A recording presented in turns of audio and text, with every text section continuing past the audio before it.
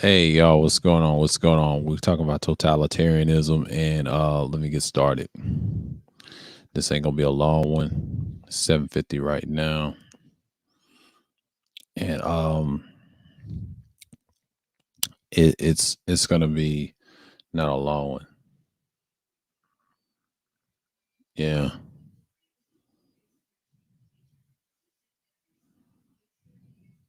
Yeah.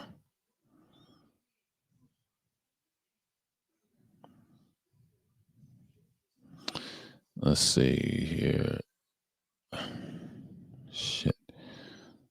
Mm. Y'all give me 1 second. I'm kind of struggling right now. Oh, just give me 1 second. It's just something that I got to get used to. My head's bell rung. Fuck, brains are scrambled like eggs right now. Damn. Let's see. Oh, here you go. Yeah, got to get this going. Get this going. What's going on, Nadia? Mm.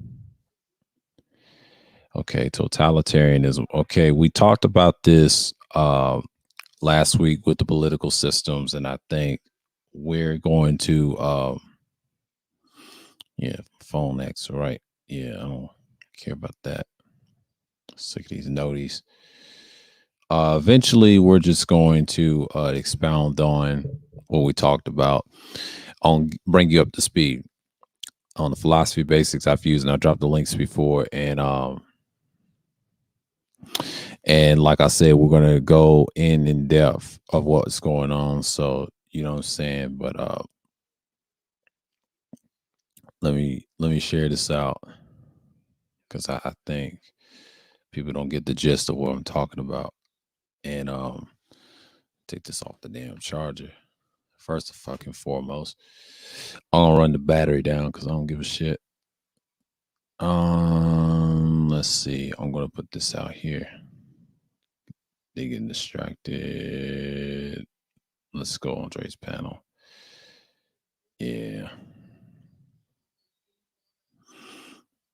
Uh, yeah. Yeah, we're gonna get into it. Just give me a second, because this thing is just, you know, I had to get used to this shit. Okay, villains. Yeah, I'm going. Yeah. Yeah, we're going to stay here. Okay, we're going to get into it. Okay.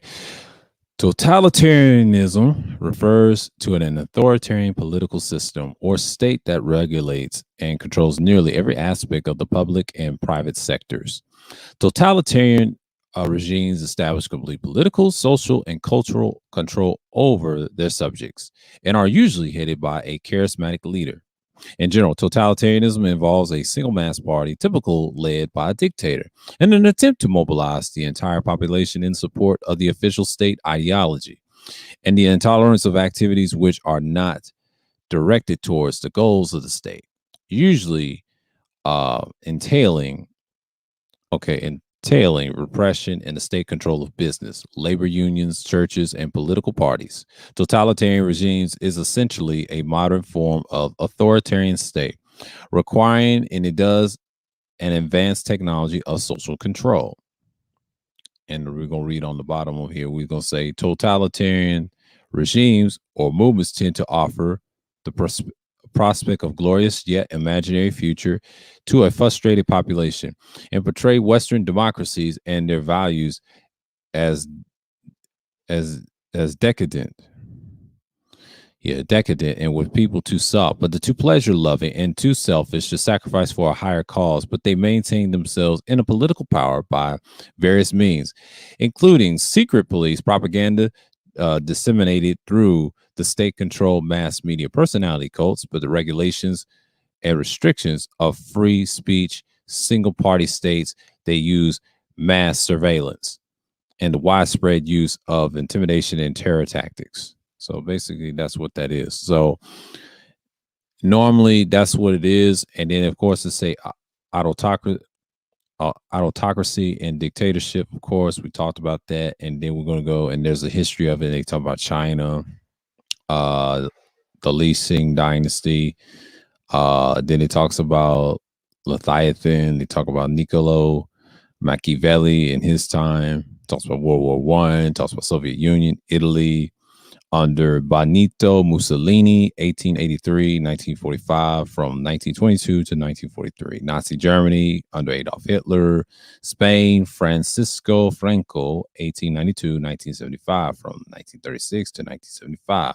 Portugal, Antonio de Oliveira Salazar, 1889-1970, from 1932 to 1974.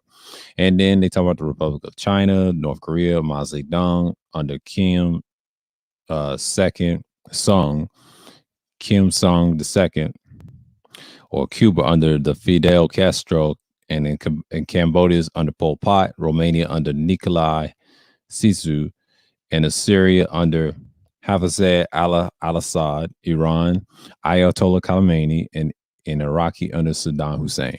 These are totalitarian regimes they talk about. And Soviet Union, Joseph Stalin. 1878, 1953, from 1928 to 1953. So we're talking about the mid 20th century to now. This has been around, that concept's been around forever. It's nothing new. And what we're going to read right here, and we're going to talk about totalitarianism. We're going to go in depth of what's going on. Greetings, colleague Jane. Greetings. So, in so many words, we're just going to have what we're going to have. And like I said, this is one of the things that we're going to talk about in this subject tonight, and then we're just going to broadcast what's going to be the means of it. So, yeah, in so many terms, we have what we have. So, totalitarianism will be a subject we're going to be talking about. So, give me 1 second. I'll be right back.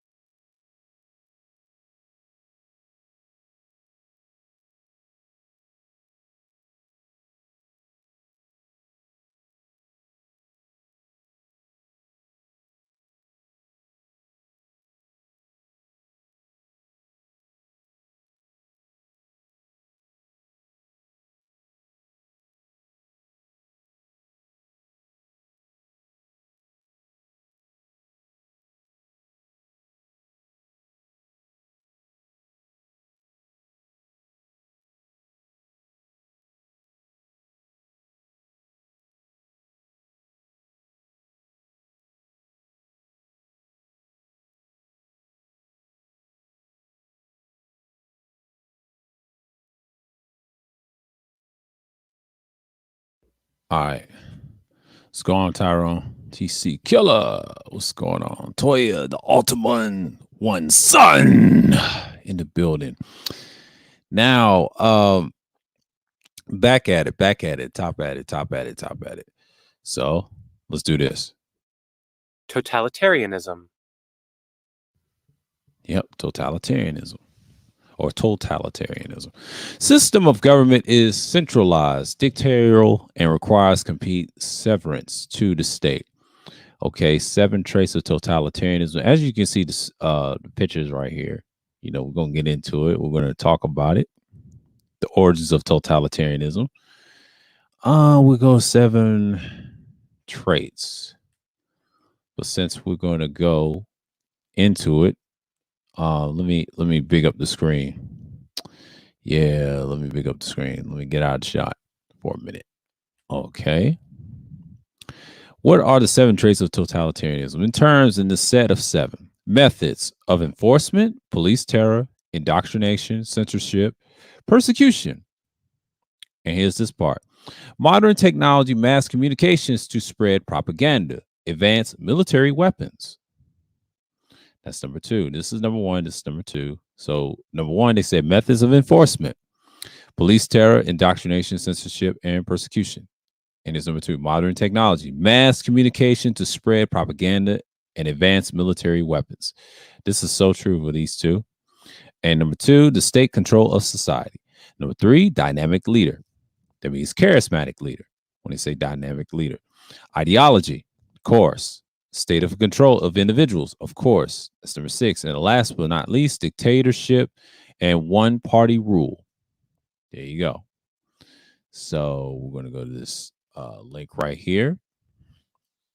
And as we expected, you know, and oh God.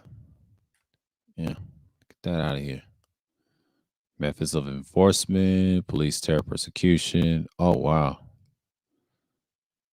Yeah, 7 sets, dynamic leader, related questions. Oh, it's just a little questionnaire. Let me see. We're gonna get that out. Yeah, that's the key traits. His four characteristics. We're gonna go. Okay. We're gonna read this real quick.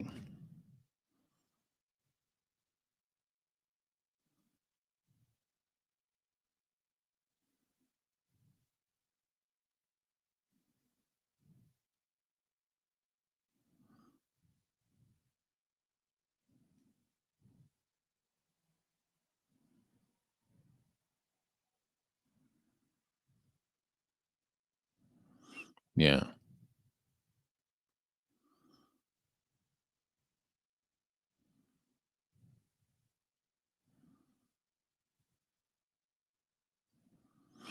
Let's see. Okay.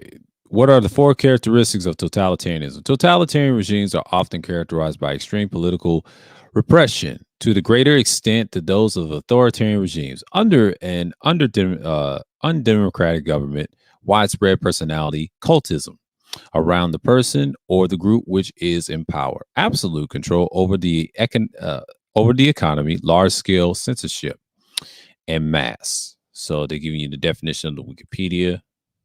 And yeah. So get this out of the way. They begging. Fuck out of here. Okay. Totalitarianism is a form of government. Yeah, we read that. That's an encyclopedia on it. They show you they got Hitler, they got all these guys, China, regime rule, early usage.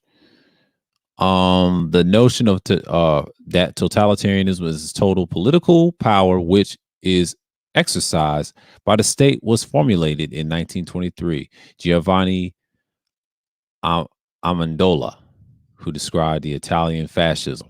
hmm So up in this area, so they talking about that, and then the Cold War, of course.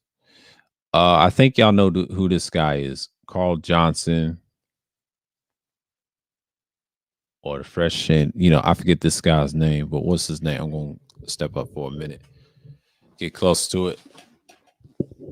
Um, Carl Joachim Frederick C. Brzezinski. Yeah, I know who this guy is. Yeah, he's one of them.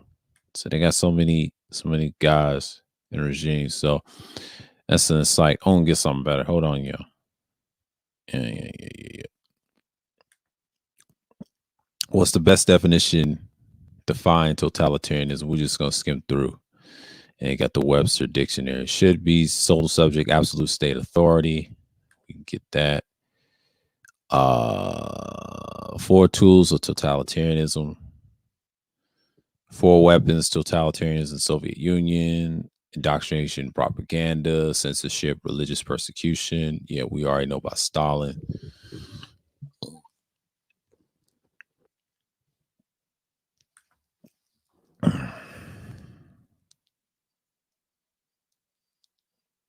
Yeah. And we're just gonna go.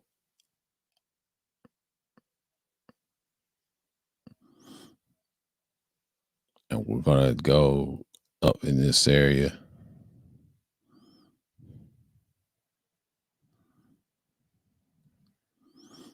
And that's it. And okay. Why did Italy accept totalitarian leader? Why did Italy accept the totalitarian leader? There was an economic crisis in Italy. Which leadership crisis occurred in the USSR that allowed a totalitarian government to take control? They blamed Jews for the economic depression that followed World War One. On totalitarianism and flashcards. We're not going to do that. And we're going to see right here, we're going to read Mussolini and things like that. So we're going to get this in motion. Yeah. Yeah.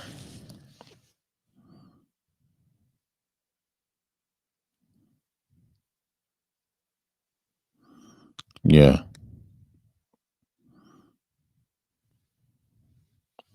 Late. Oh, they've been purging.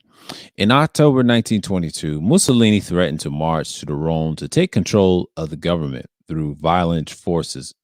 If it was not handed over, he dissolved the government and asked Mussolini to form a new one. Mussolini became prime minister, as well as minister of the interior and minister of foreign affairs. That was in 1922. And talking about his biography and death. Yeah, they killed him, I believe. So, what was the goal of the militarists who took control of Japan? The notion expansions would solve Japanese economic problems, gain currency during the Great Depression in the 1930s. It was argued that the rapid growth of Japan's population, which stood a close 65 million in 1930, necessity large food imports. So, in so many words, talking about the Britannica, okay, the rise of the militarists.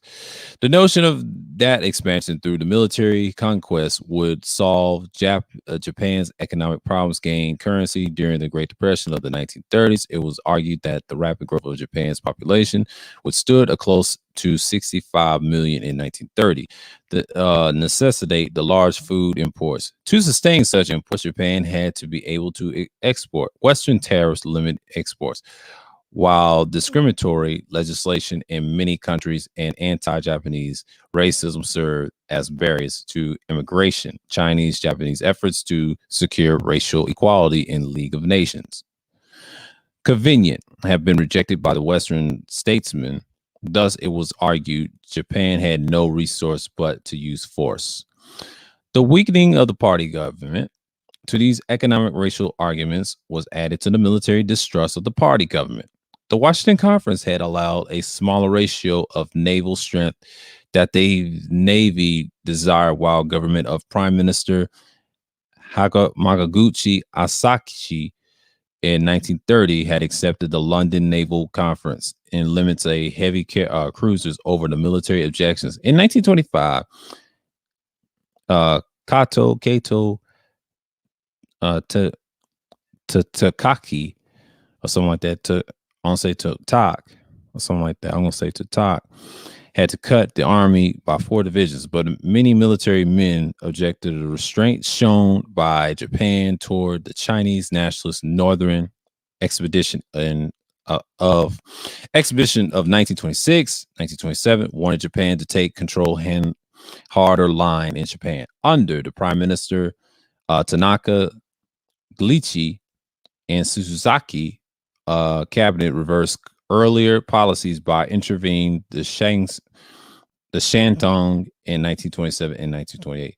But Tanaka was replaced by Hamaguchi in 1929, and under his cabinet, the policies of moderation was restored. The army and its supporters felt that such vacillation earned Japan's ill will boycotts in China without gaining any advantages, while the military leaders shafted under the restrictions that the civilian governments placed upon them. They still retain considerable power. It would be wrong to attribute such resentment to all, or even most, of the high command, but enough army officers held such views to become locus for dissatisfaction among other groups in Japanese society. But the idea of the frugal and selfless samurai served as a useful contrast to the stock portrait of the self portrait politician. Economic pressures of the political misgivings were further exploited by civilian ultra nationalists who portray parliamentary government as being as un-Japanese. A number of rightist organizations existed that were dedicated to the theme of internal purity and external expansion. These sought to preserve that they thought was unique in the Japanese spirit and fought against an excessive Western influence. Some originated a Meiji period when the nationalists had felt obligated to work for the fundamental settlement of differences with Russia, most like the Black Dragon Society. Combined, combined continental adventurism and strong nationalist stance with the opposition to the party government. But big business, acculturation and westernization by allying with other writers, they alternately terrorized immediate their presumed opponents. A number of business leaders and political figures were killed, and the assassinations of success are publicized and dramatizing the virtues they claim to embody had considerable impact on the troubling 1930s.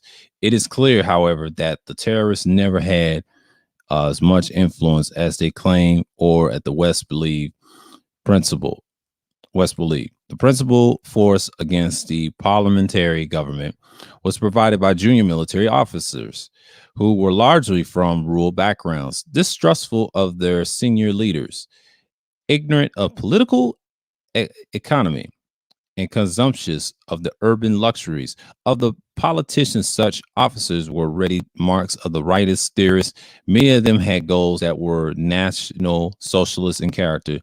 Kita Atiki, a former socialist, one-time member of the Black Dragon Society, contended that the Meiji construction should be suspended in favor of a revolutionary regime advised by national patriots, headed by a military government which should nationalize large properties, limit wealth in party government and the peerage, and prepare to take the leadership of the revolutionary Asia government and the pre-rage and the prepare to take the leadership of revolutionary Asia, Kita, and help persuade the number of young officers to take part in the violence of the 1930s with the hope of achieving these ends.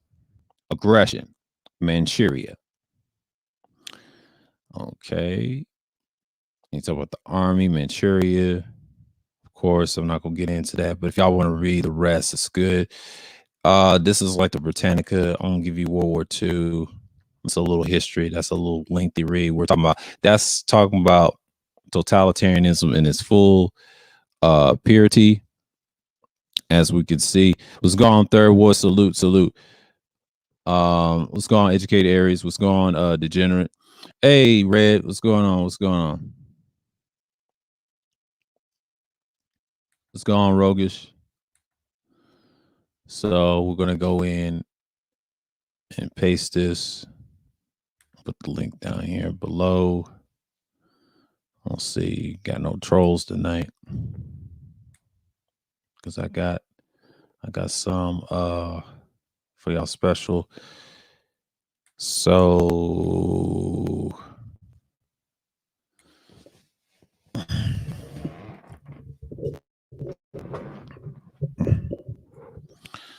all right. Let's see.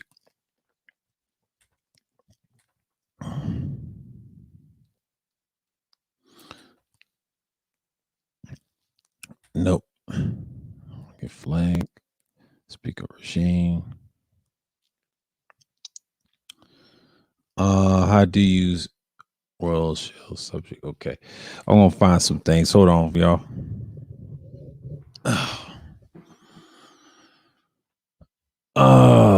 To my Russian, things like that. It's not that much. I'm gonna look for some. I might have to look the effects. Democracy versus totalitarianism. Okay. We're going to get into it right quick. Let's get in. Oh, yeah. Here we go. Here we go. Here we go. Oh, shit. Another video. Okay. Everybody's going to focus on Russia. They're going to focus on China. Germany's one. Yeah, because of Merkel. She's actually a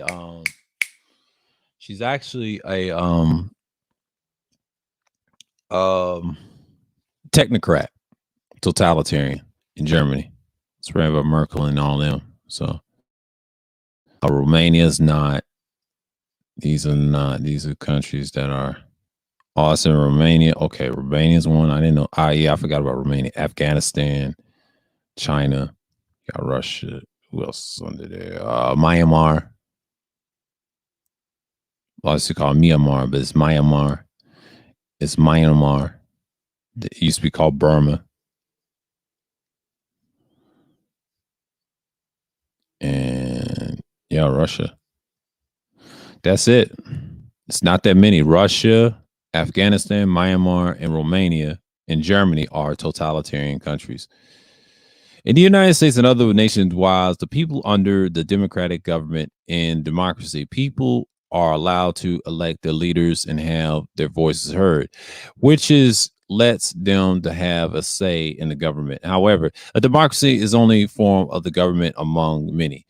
There is another popular common form of government around the world that is just to happen to behave in an exact opposite way of democracy. This type of government is known as totalitarianism. Totalitarian countries are nations which the government does not permit its people to partake in political decisions making. Totalitarian countries are also known as dictatorship countries. Totalitarian countries is ruled by a single dictator or a group that has not been collectively elected. So, like we said, Germany, Russia, Romania, Myanmar, and Afghanistan is one of the few.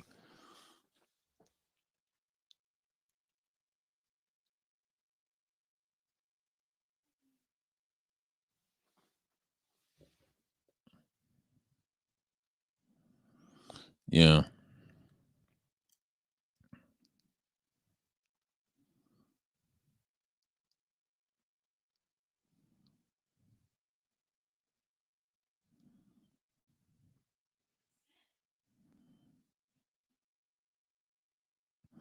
Yeah. So we're gonna get into it. And like I said, man, like I said, like I said, like I said, and that's just what it is. And it's elected. Okay. The ruling leaders of the totalitarian countries do not merely enact, enact oh dang, this keeps moving. Hold on, let me slow down this little ad real quick. Enact laws. Instead, the people or person in charge controls all aspects of both public and private life. There is no limit to what the totalitarian government can control because there are no checks or balances placed on the country's leaders. Essentially, totalitarians can do whatever suits their agenda, say anything that comes to mind. As a result, totalitarian countries are absolutely against the right of free speech, which includes a ban or any and all freedom of press. Some ideologies, beliefs, and religious may even be totalitarian. In a totalitarian country, the government has a full total control, which the country's citizens have a little to no freedom. Totalitarian leaders often rule through fear because way they take advantage of the people's emotions is to keep them from revolting and protesting. When you live in fear, you do not know how to speak out against injustice because you are scared. It's becoming a matter of staying silent in order to stay alive. Totalitarian rulers known that they thrive off of the natural human instinct to ensure that people showed complete alliance and a compliance with the government. And totalitarian rulers often have secret place forces and then take sure that they do not try to step out of line. In some nations, specific religious and political populations are targeted by totalitarians and their police forces, speaking out against the government and strictly prohibited in these nations. With the democracies pride themselves on the way that people can form and express their own actions to the government, and people within the totalitarian regimes must agree with everything the government does, says, and enforces. It is not necessarily true, but that everyone agrees with that totalitarian rulers, but they cannot express their disagreements outwardly. Mm, mm, mm. That's it. The origins of totalitarian countries. You already know Germany under Nazi rule. Joseph Stalin, Soviet Union, before they didn't call it Russia at the end, they called it Soviet Union until they got it back. The Kim dynasty of North Korea to this day is another one. Mao Zedong of the peoples of China. Yeah, the number of current totalitarian governments. Countries, state, the state of Eritrea and North Korea are the only two nations in the world that all have governments classified as totalitarian dictatorships. Did not know that. Did not know that. Did not know that. They said state of Eritrea and North Korea is known as dictatorships of totalitarianism. Amazing. Amazing. Amazing.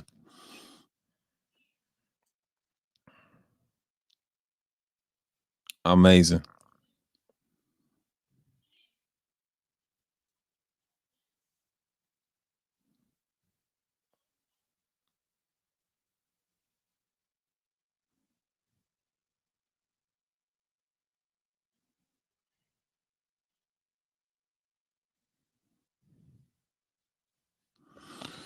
Yeah.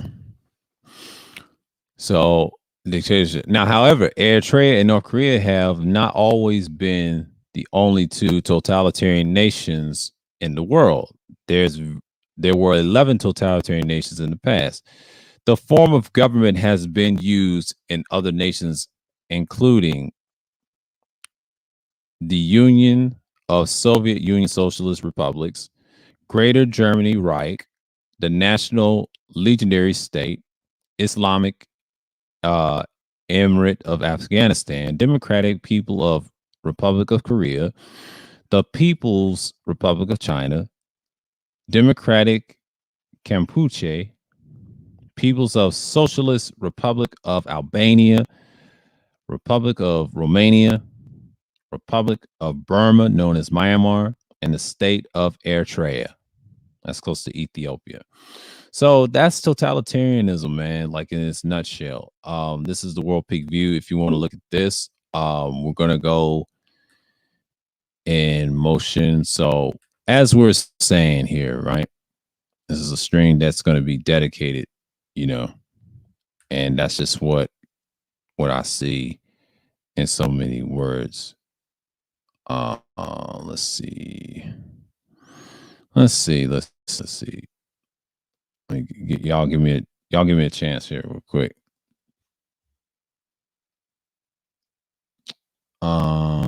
He said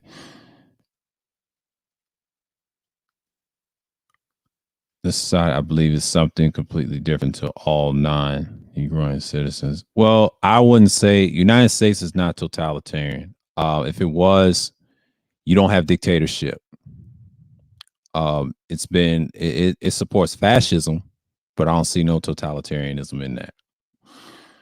Something rather more beneficial to all, weren't specifically U.S. Well, U.S. is not totalitarian. To have that, you got to have a dictatorship and affects the means. So what's holding U.S. back? They support fascism. I do know that. What's going on, May? Salute, man. Appreciate you. We missed you, man. Like I said, this is one of the things that I wanted to talk about in so many words. But yeah, this is one of the countries, totalitarian countries in 2021. So I'm gonna put that. I might save this. Hold on. I might save this to and bookmark. Yeah, libertarian. Yeah, because we can talk about that all day. I like the website. It's pretty good. Let's see the ruling org. Let's go here because we're gonna talk today. Democracy versus totalitarianism. Study this card. Not much. It's one of those questionnaires. But yeah.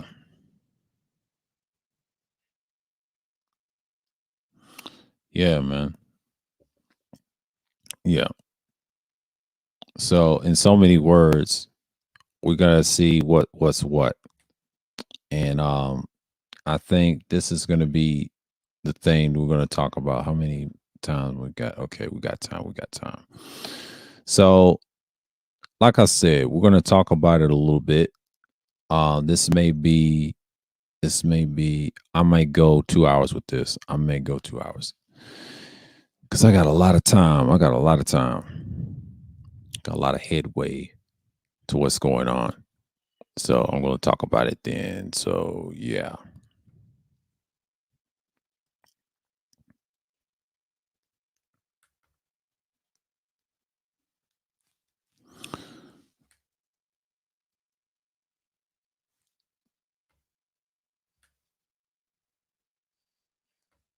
The effects of totalitarianism. Okay, let's go here.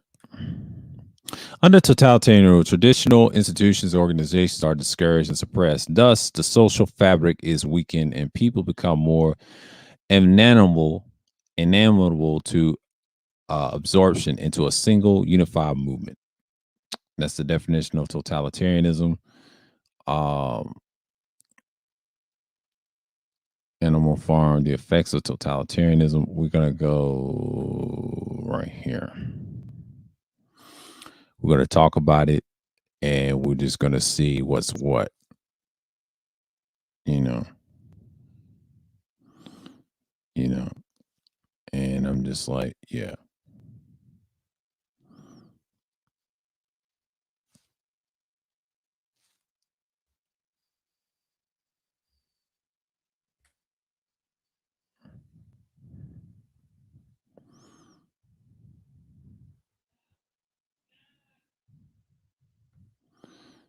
yeah.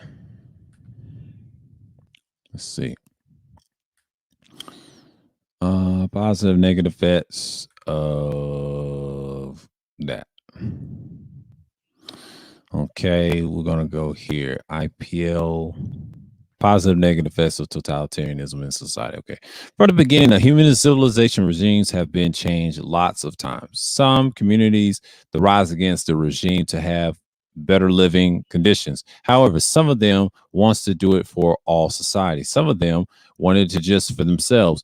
Starting point of totalitarianism came up like that. Totalitarianism is the form of government which of all society is in the hands of the state.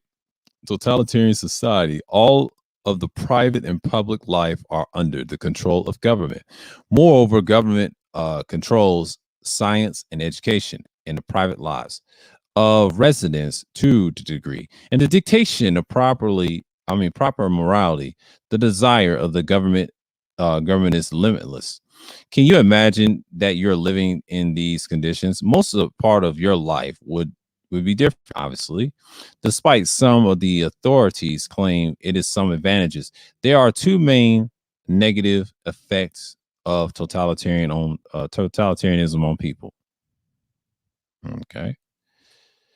First, totalitarianism affects the people's health negatively in two ways. First, all within. Okay.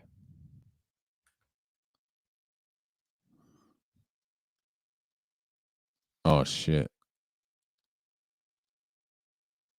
Okay. Y'all give me 1 second. I don't know what this gonna shows, but yeah. Oh shit. They want you to sign in. Damn. Yeah, it was about to say something. Later. Yeah, they want you to sign it. It's a bad link. But you get the point. You get the point. It's a bad link. I try to get something that's gonna be okay. The rise of totalitarianism. Let's say in so many words. I'm not gonna cut this short, but I'm just gonna get some hours in. Okay, the rise, revolution of Russia. All it talks about Russia. I just want the whole philosophy in that. So I want the symptoms. I know other countries have it too.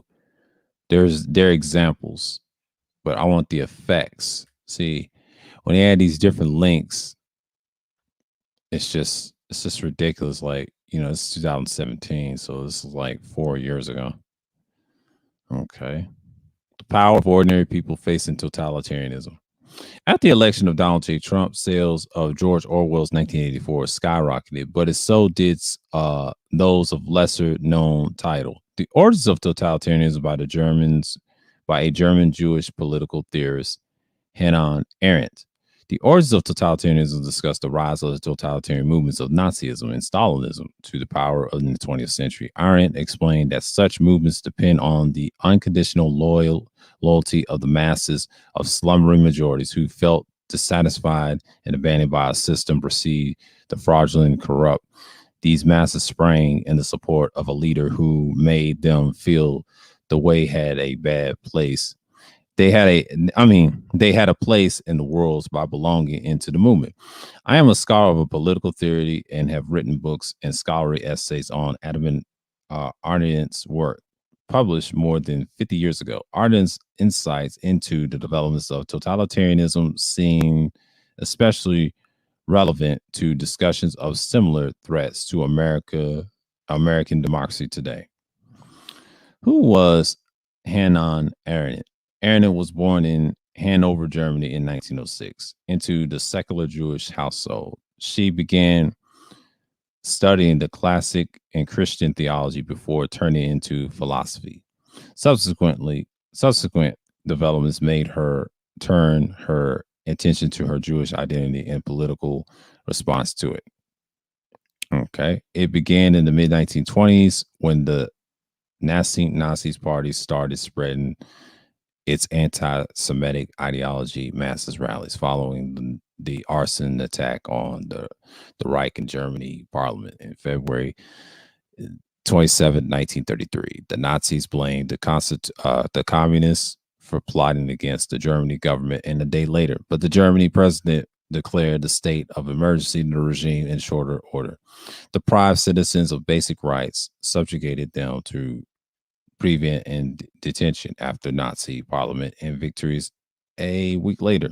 But the Nazis' consolidation power passing legislation allowing Hitler to rule by decree.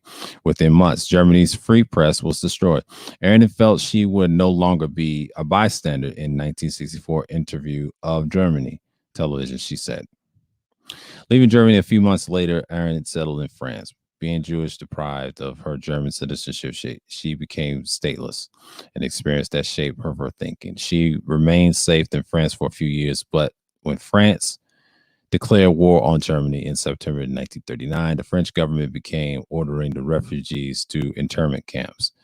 In May 1940, a month before Germany defeated the France and occupied the country, Arendt was arrested as an enemy alien and sent to a concentration camp in Gurs near the Spanish border, from which she escaped, assisted by American journalist Varian Fry's International Rescue Committee. Arendt had her husband, Heinrich Blücher, immigrated to the United States in 1941. Soon after arriving in America, Arendt published a series of essays on Jewish politics in German Jewish newspaper Affable, and now collected in the Jewish writings while in the essays, and she learned of the Nazi destruction of European Jewry. In a mood she described as a reckless optimism, reckless despair, and Arian turned her attentions back to the analysis of anti-Semitism and the subject of long essays. Anti-Semitism, she written in France in late 1930s. The basic arguments from the essay found their way into their magnum opus, The Origins of Totalitarianism. Why origins matter now.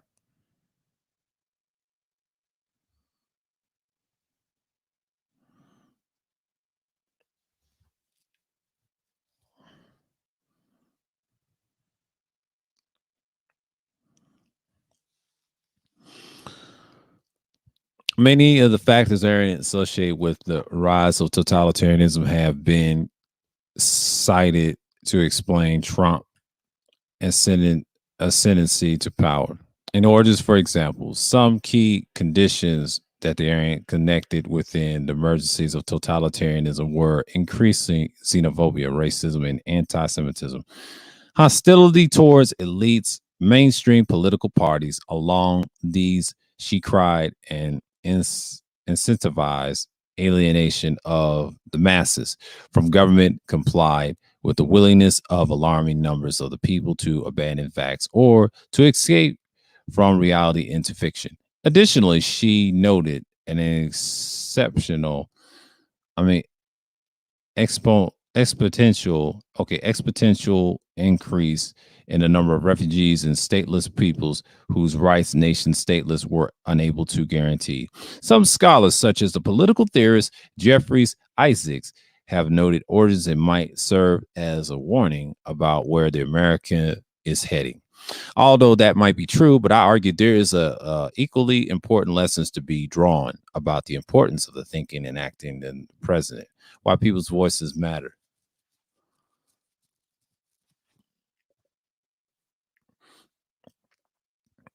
She's talking about totalitarianism and government journey. So that's one example. If y'all want to read this, I mean the conversation. I mean, we already know about that. We ain't gonna get into that. Y'all can read that your own time. But yeah, that's just a little small article, you know. It's on the conversation, but the effects. So let's see what we're doing, how we doing on time. Yeah. I'll see, 40 something minutes. So, you know what I'm saying? And all right, great, good evening, good evening. Good evening, Shonda. Good evening. Appreciate you, appreciate you. So as we can tell, we're gonna go in here for a minute and we're gonna just say, hey, you know, we're gonna do our thing and just say that's just trying to be what we are, right? And so many words, I'm just like, look here, we're gonna do our thing and just be like, hey, you know what I'm saying? But yeah. Chapter 30, flashcards, Quizlet. Talking about totalitarianism and all that. Ain't that much. And it talks about the effects. That's just one example. I want to try to find some more, but it's not that much. Um,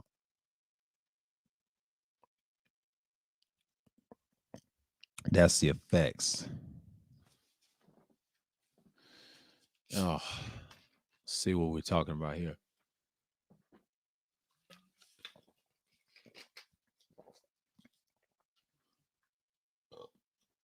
Oh, excuse me.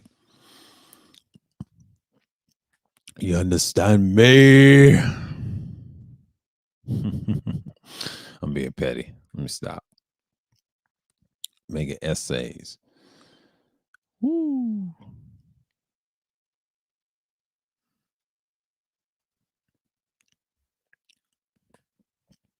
Uh, y'all ain't showing me nothing. So that's just it. All right.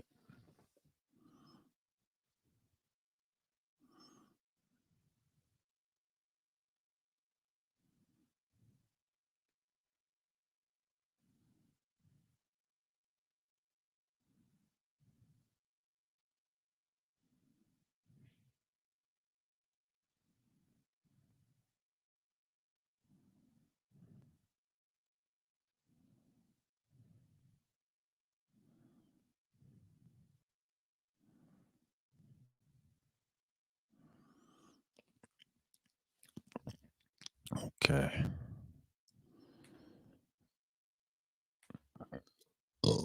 Oh, excuse me. My fault.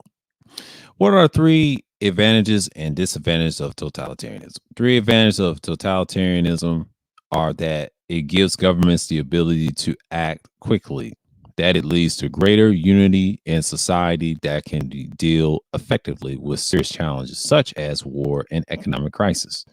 Three disadvantages of totalitarianism are that it crushes freedom, that it fails to hold political leaders to account, and that is economically efficient.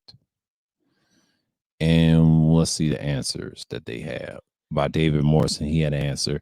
It is fair to say that it's fair. I'll read that again by David Morrison again. Okay. It's fair to say that the disadvantages of totalitarianism greatly outweigh the advantages. With the horrors of the 20th century still fresh in the mind, and most people are all too aware of the disastrous consequences of totalitarian rule. Despotic regimes such as the Third Reich and the USSR were responsible. See, fascism and communism of totalitarian forms of it kind of killed the world, and that's very true. That is very true. And the reason it's true is because that's just what it was. So that's a good answer. So, they trying to block me. I don't give a damn about this shit. It's so many ways to look at it. And it's just like it's just like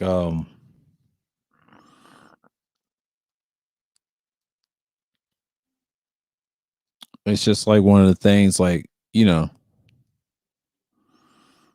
and that's how it is.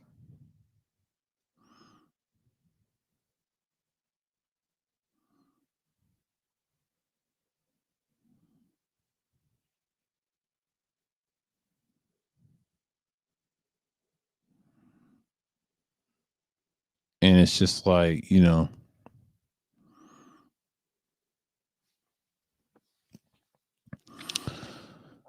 but it's one of those things that show you the effects, but like I just read,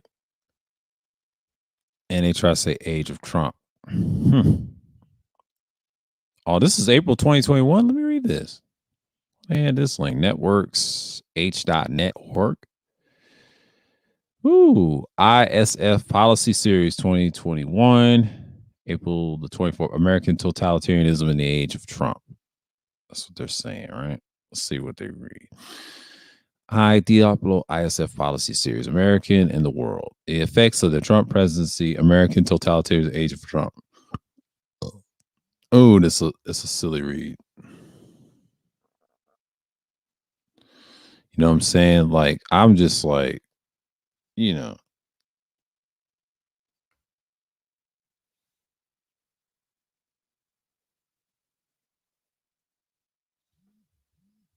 and it's just like, I'm just looking at it like this, but yeah, it's 50 something minutes. But you know what I'm saying? Like, yeah. Let's go on, Mike. Salute, salute. And just gonna look at this real quick. That's a little long read. I'm not gonna read all that. I'm just gonna find something. The consequences in 1984. It's so much to look at. Oh yeah, we're gonna read George Orwell's. Yeah, we're gonna read that. Yeah. He said, sounds like the US is to me, fam. He said, sound like the US. Well, the US, I don't see it as a totalitarian, man. Like, only thing I have an issue with is they don't have a dictatorship. A president is not a dictator. If they had a leader, I'll give you an example. If you talk about Iraq or Iran, for example, yeah, I see that. Russia don't have one. I wouldn't consider Putin. Putin's a fascist. It's more of like us. Now, we love fascism, but it's not the same as totalitarianism. They're two different things, because totalitarianism, you got to have every aspect of your life.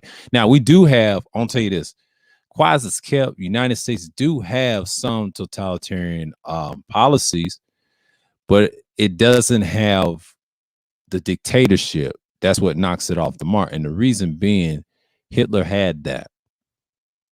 He couldn't get out of power. So what saves America? Why are they so weak? They're not really built like that. I mean, they have the military and everything. The military industrial complex, I hate to say, is more your totalitarian leader as a collective. Now, if you can say that, I give you that. But as quiet as it's kept, it's not because they're biased. Because the media is a giant. You can't use race in that because y'all sound dumb as hell. Because we could do the same damn thing and then they'll take us out. Think about it. Most people don't care, and it's going once you get rid of color, it's really about class. It's really classism. Class creates totalitarianism regimes, and as long as we have that, see, most people want that society, but that's a whole nother, spiel on that. But I don't see America as totalitarian. They don't have the instruments of what Hitler had and USSR had. They ain't even close. It's a laughing stock how we kill other people. They don't even respect us that much. Our military is straight, but we ain't that, man. We're far from that. I wish it was like that, man. What you were saying is true, but I just don't see it. I just don't see futuristic rise. I don't see that. I just don't really see that because that's the problem with people. They think they know, but they really don't understand that totalitarianism, it takes time. We're going to read this. Winston, Julia, and George Orwell's 1984's characters exiting in the setting of the complete control. Life in Oceania is one of the complete total destructions by an entity known as the Big Brother. This entity enacts the control by brainwashing the people of Oceania into believing what it wants them to believe. Winston and Juliet function in spheres of loneliness until they suspected that there is another human being that loafs Big Brother, which is literally why they come together. This is a partnership gives them hope to fight against Big Brother. But the reality is that totalitarian government leaves little room from hope or individuality. Here you go. Like we just read, it's all things. It controls everything. It's kind of like China. We're not China. Wish we were, but we're not until we have a dictatorship. And that's how you have totalitarian regimes because most of them are total. That's why you got authoritarian. Now, we can have an authoritarian presence, but we're not totalitarian. We wish we were, but we don't have the increments. What's saving us is people are so damn weak and trying to save everybody. We into fascism and it repeats itself. And the reason why communism don't work, you got to see that. Nah, I see Cuba was a success. Those South American guys, North American countries, hell no. We just love fascism and nationalism. That's what sets us back. If y'all want to really get technical, we ain't really built like that. I'm sorry. It's just the way people are going. They think the wrong shit. And there you are. Biden's not the same. So I get what people are saying that, oh, it's similar. Yeah, it's got its traits, but we ain't there. I wish we were there, but we wasn't there. You wouldn't even survive. Y'all have no idea what totalitarianism is. And human accountability is non-existent in a world where the totalitarian regime is never ending. 1984, the visualization, Winston with Julia are undergoing torture.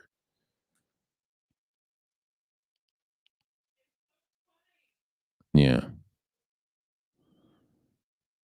Yeah, once you sign it, it's one of those links. See, I don't trust these shits. But yeah, totalitarianism is what it is. We see examples.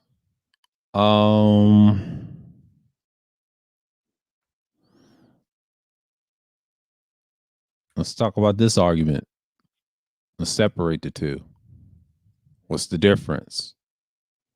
Both forms of government discourage individual freedom of thought and action. Totalitarianism attempts to do this by asserting total control over the lives of its citizens, whereas authoritarianism prefers to blind submission of its citizens to authority. There's a big difference. Wow. It's a big difference. There is a difference. America is more authoritarian. I will say that. America is more authoritarian. There's a difference. They blind its citizens, but we're not totalitarian. The totalitarian is not even better.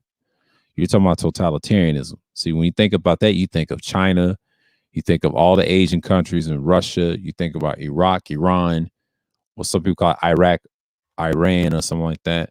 And some people call it those African nations. Same thing, same concept. So I don't know what Snake is talking about, but if you study the shit, it does fucking exist. Don't get me started. And I know secret societies control all these systems, so don't get me started. That's a whole nother spiel I don't want to put on my channel. I can talk that off air with you, and I ain't gonna do no weak ass Patreon for that shit because it ain't nothing fucking interesting. They can knock your shit down over there too. You don't have no freedom on the internet. Now, the internet, you could say is totalitarian a little bit, yeah, but that's gonna falter because you got hacker problems. You got ransomware type hackers ruin your shit. It's too much information. Totalitarianism will never work again. They tried that shit in the 20th century and look what happened. It don't get you nowhere. It's cool, but talk to these nations, man. They look at you like you're crazy. They'd rather be authoritarian than this. Because there's a weakness to totalitarianism, authoritarianism. It's too much. That's why you create anarchists. You don't want that. Nobody wants that. They'd rather not have that. They'd rather have this. They'd rather have authoritarianism than this, but that's a whole nother story. Form of theory can permits individual freedom that seeks to subordinate all aspects of the individual life to authority of the state. The Italian dictator Benito Mussolini coined the term totalitario into the early 1920s to characterize the new fascist state of Italy, which he further describes as all within the state, none outside the state, none against the state. By the beginning of World War II, totalitarian had become synonymous with absolute and oppressive single-party government. Other modern example of totalitarian states include Soviet Union under Joseph Stalin, Nazi Germany under Adolf Hitler, and the People's Republic of China under Mao Zedong, and North Korea's under the Kim dynasty. See? Now the Kim dynasty is totalitarian. He's a dictator. Yeah. But he does have fascist policies, which is strange to me. All these people now, Hitler was a fascist. He's one. Some of the Kim dynasties were one, but they also had totalitarian regimes. Two different things, right? Now this is a totalitarian nation all the way through and through. Just like Joseph Stalin. They try to say he was a socialist and a communist. He wasn't. He was neither really. He was more a dictator, but his team ran the shit. To be honest with you, USSR. General characteristics of totalitarianism. In the broadest sense, totalitarianism is characterized by strong and central rule that attempts to control, direct all aspects of individual life through the correction and repression. Historical examples such centralized totalitarian rule includes the Mauryan dynasty of India, 321 to 185 BCE. The Qin dynasty of China, 221 to 207 BCE, and the reign of Zulu chief Shaka, 1816 and 28 of the modern now. Okay, so Nazi Germany, 1933 to 45. Yeah, 1828. Okay, that was by Shaka Zulu. Okay, that was 19th century stuff. Okay, Soviet Union during the Stalin 1924 and through 53 were the first examples of decentralized popular totalitarianism in which the state achieved the overwhelmingly popular support for its leadership. That support was not spontaneous. Its genesis depend on the charismatic leader. See, the key word, charismatic leader. What we read earlier, we call him a dynamic leader. That's what he is. And it was made possible only modern developments in communities and transportation. They show Hitler right in this picture. Okay, totalitarianism is often distinguished from dictatorship. This despotism or tyranny by its supplanting of all political institutions with the new ones and its sweeping away of all legal, social, political traditions. Totalitarian state pursues some special goals, such industrialization or conquest. Let's read that again from the top. Let's highlight this from the top. I don't think y'all understand what I'm talking about.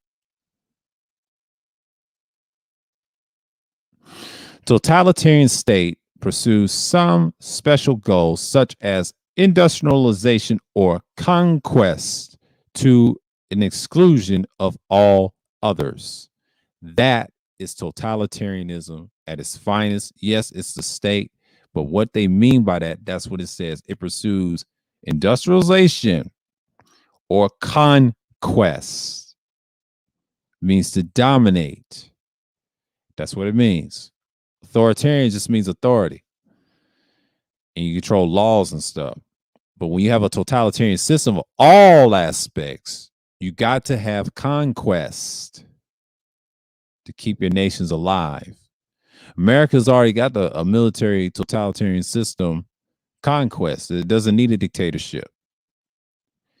It's actually like a hedonistic like government.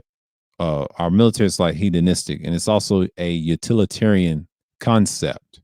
That's our problem with America. America is more utilitarian, you ask me. It's not nihilistic. That's the problem. And what you have is egalitarianism that they preach, liberalism and things like that. I talk about this a lot, but that's a whole nother spiel. Okay. Whatever might further the goal is supported. Whatever might foil the goal is rejected. This obsession spawns an ideology that explains everything in terms of the goal, rationalizing all obstacles that may arise in all forces that may contend with the state. But the resulting of the popular support permits to the state with the widest latitude of action of any form of government. Any dissented is a brand evil, and the potential political differences are not permitted because pursuit of the goal is the only ideological foundation for the totalitarian state. Achievement of the goal can never be acknowledged. Okay. So, yeah, they're showing you Joseph Stalin. He's a great example. Under totalitarian rule, the traditional social institution organizations are discouraged and suppressed. Thus, the social fabric is weakened. People become more enamourable to absorption into a single and unified movement. Participation is approved. Excuse me. Participation is approved. Public organizations is the first encouraged and then required. Old religious and social ties are supplanted by the artificial ties to the state and its ideological as pluralism and individualism diminish. Most of the people embrace the totalitarian state ideology, but the infinite diversity among individuals blurs, replaced by a mass conformity or at least an acquaintance to the beliefs and behavior sanctioned by the state. So learn how Adolf Hitler established his dictatorship in Germany. Yeah, it's a small video clip, so we're not going to play that because, that may get attention. Large-scale organized violence becomes permissible and sometimes necessary under the totalitarian rule, justified by the overriding committed to the state ideology and pursuits of the state's goals in Nazi Germany and Stalin's Soviet Union, who classifies of peoples such as the Jews and the Ku Klux, wealthy peasants and farmers, respectively, were singled out for persecution and extinction. In the case, the persecuted were linked in with some external enemy and blamed for the state's problems.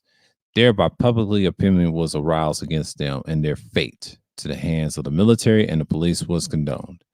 Police operations within a totalitarian state often appear similar to those within a police state. But one important difference one important difference that distinguishes them in a police state that the police operates according to known and consistent procedures. In a totalitarian state, the police operate outside the constraints of the laws and regulation, and their actions and purposely unpredictable.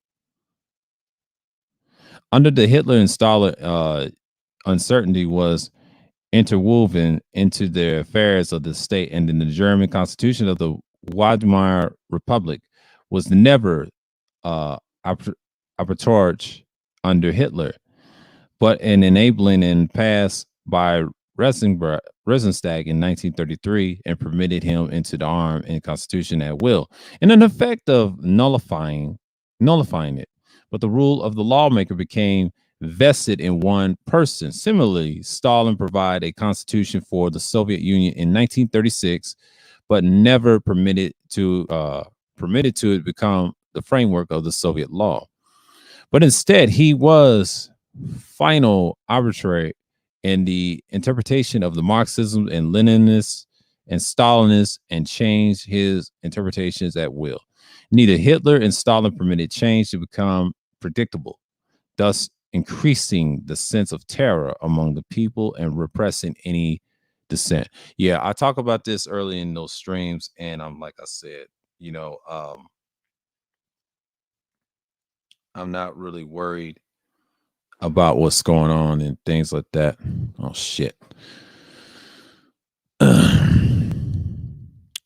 You know, I talk about this all the time. Oh, my back.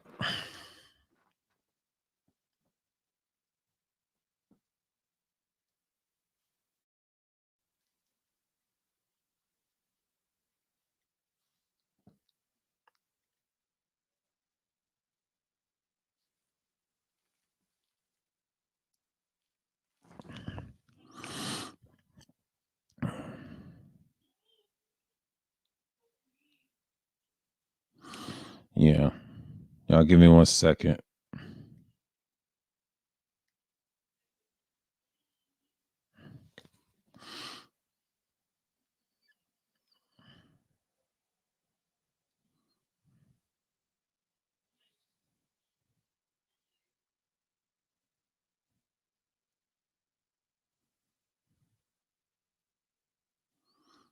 Yeah.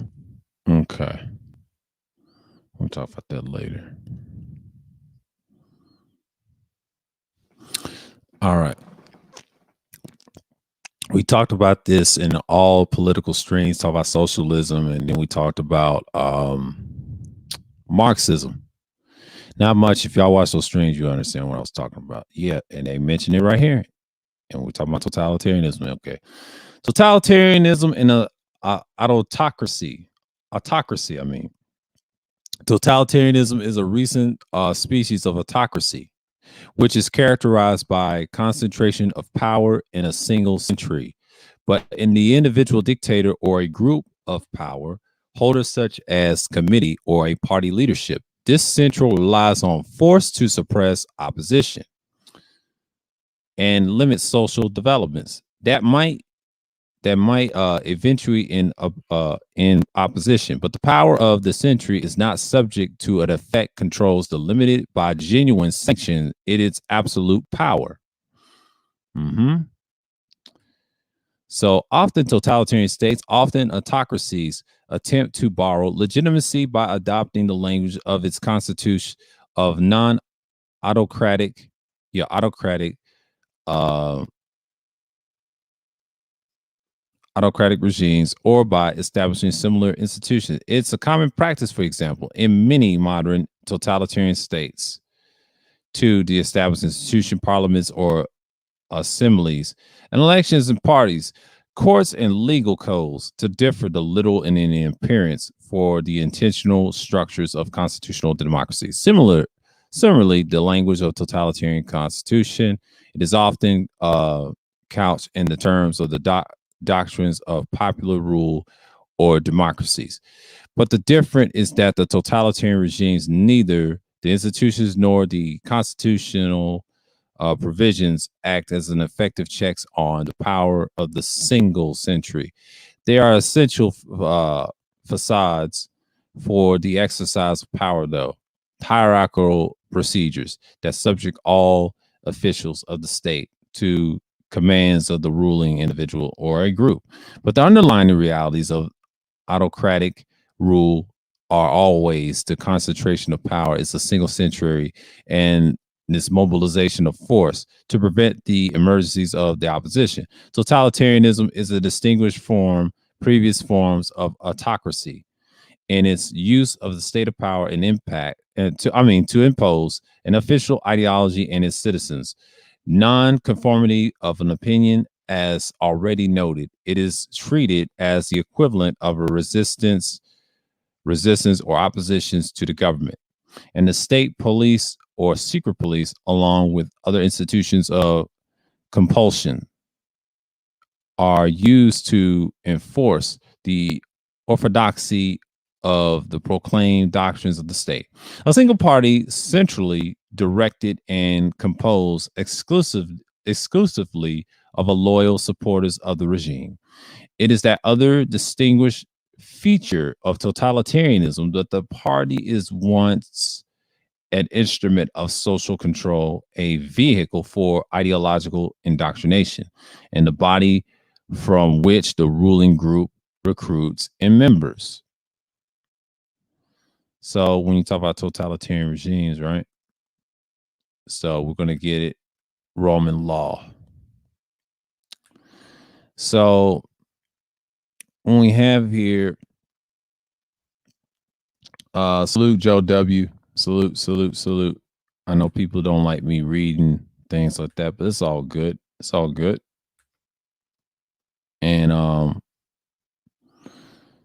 it's a clean chat tonight. You know what I'm saying? Like this is a good stream. So it's an hour in. So, as we can see here, we just talked about totalitarianism in its form.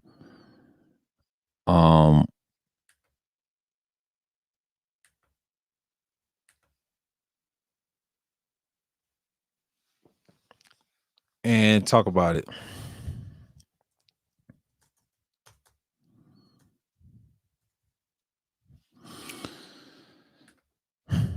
Let's see here. Let's see. Let's look at images and shit. We're just gonna go into it right quick. So again, as you can see the images, we could show you. This is a good example right here. See this shit right here? Look at this shit. You say Putin, it's the line.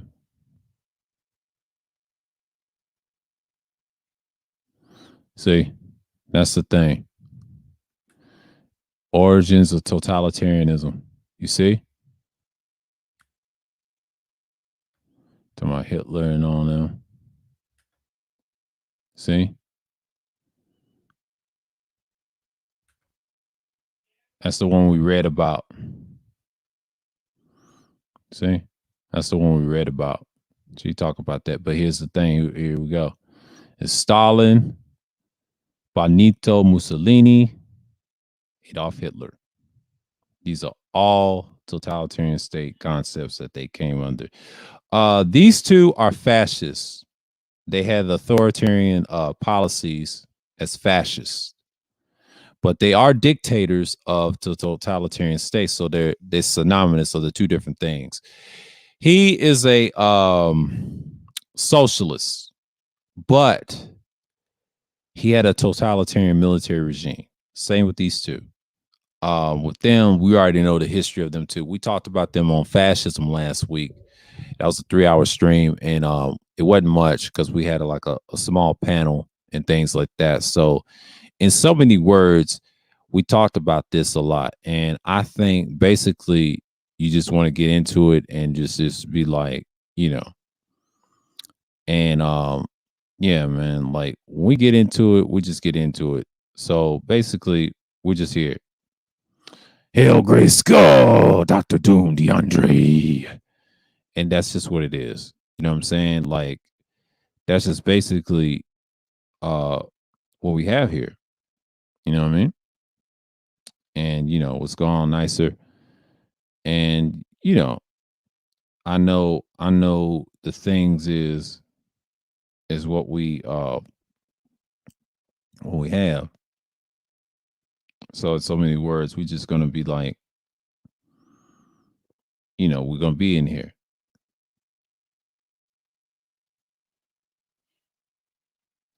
So yeah, yeah. So when we look at this picture, it's just more. I got more for days, man.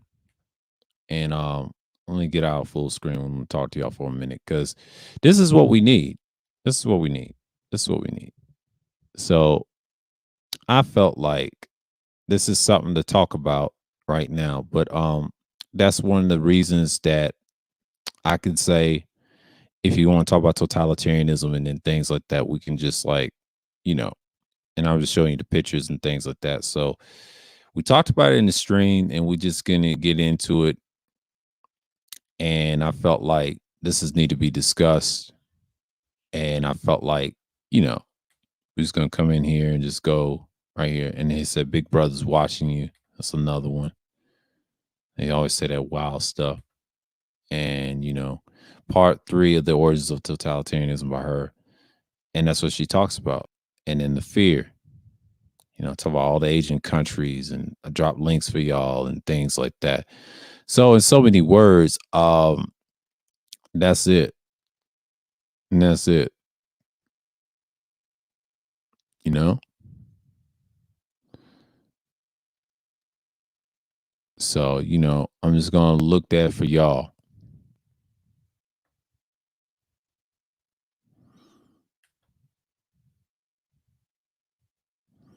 Yeah.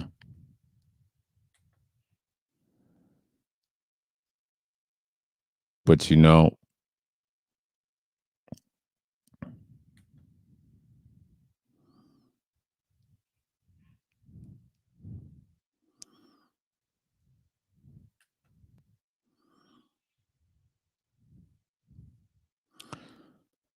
yeah, you know me. I'm just gonna go talk about it.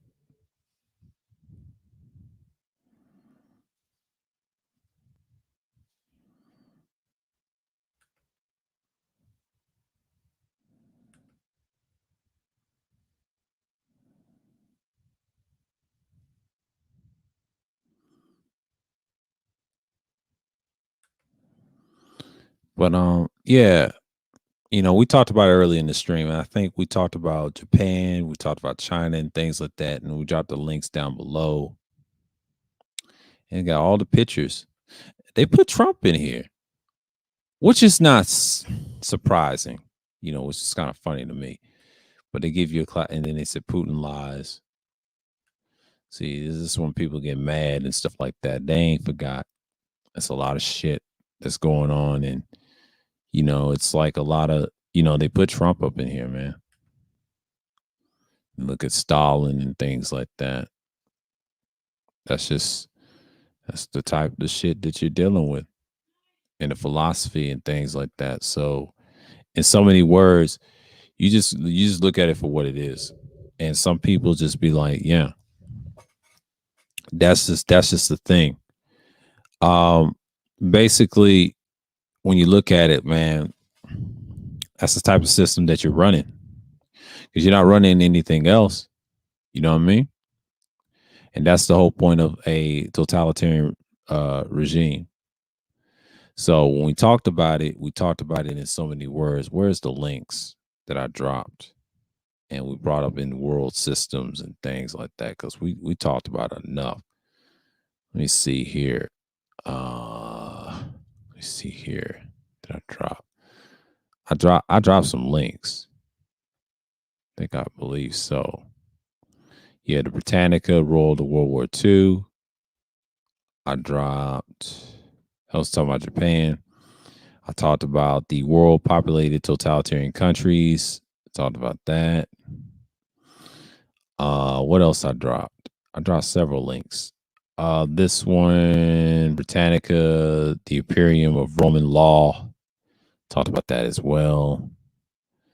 and that's just what it is. So, like I said, when you talk about this stuff, a lot of people don't want to talk about it because that's like next to authoritarianism because they're very similar, but they're not the same. They're totally different because authoritarian state deals with the policies and laws and things like that, changes and control, and yes, leadership and things like that. But it's a combination of people. But totalitarian is similar, but the difference is you got to have a charismatic equals dynamic leader. Once you have a dynamic leader, you have the party under your foot under you. So basically, you just have that on you, right? So you basically have that type of concept. So I understand that people get those two confused, but Hitler was a fascist and authoritarian person, but he also had a totalitarian military. Just like pure examples you have in government, right? And the thing is, you could just have so many things to talk about, right? So I'm not surprised what's going on in so many words. So when you have that type of society under the wing of your fingertips. So when you're dealing with these type of regimes, and you could just look at that as a post, you just have those things in mind.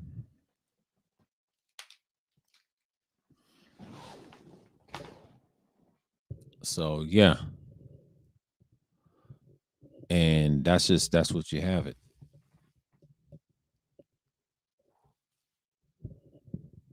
and that's how you're gonna look at it. So I'm not surprised. I'm not surprised. So we're just looking at some pictures, but I gave y'all the links. It ain't that much on totalitarianism. I'm just gonna read off something. Um, I'm just gonna show you some pictures. I'll give you a picture right here. Empire. Yeah. Like it says, we just read a lot of things and I'll show you some links and the introduction of the two places. And it talks about things like that, mid 20th century, things like that. And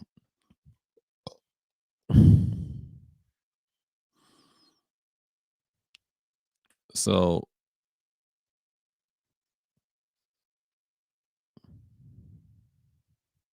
yeah, and talked about the history of it. I'm gonna drop this little thing down.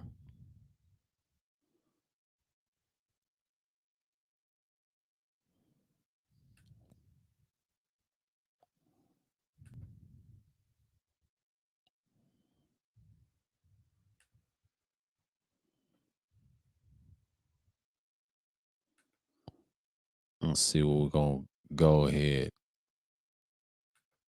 and we're gonna be up here for a minute. So as what I was saying, and I'm just like, you know,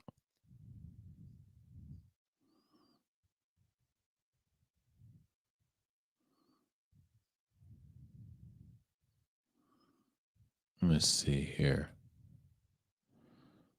Ooh, 2 weeks ago,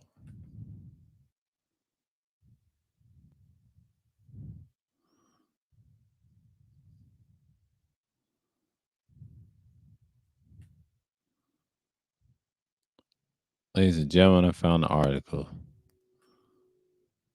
Drop this shit down. Drop this shit down. Drop this shit down. I found an article. Hold on. Let me let me stop this real quick. Yeah, I done found the article. Don't y'all worry. I found the article. You know what I mean?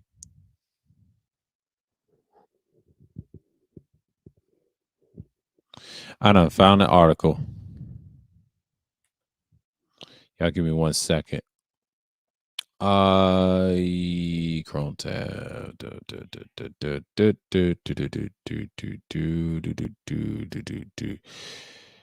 Yeah. The Russian novel that foresaw but the underestimated totalitarianism. Yuri Zanyachi, the author of The We, Totalitarianism. Okay.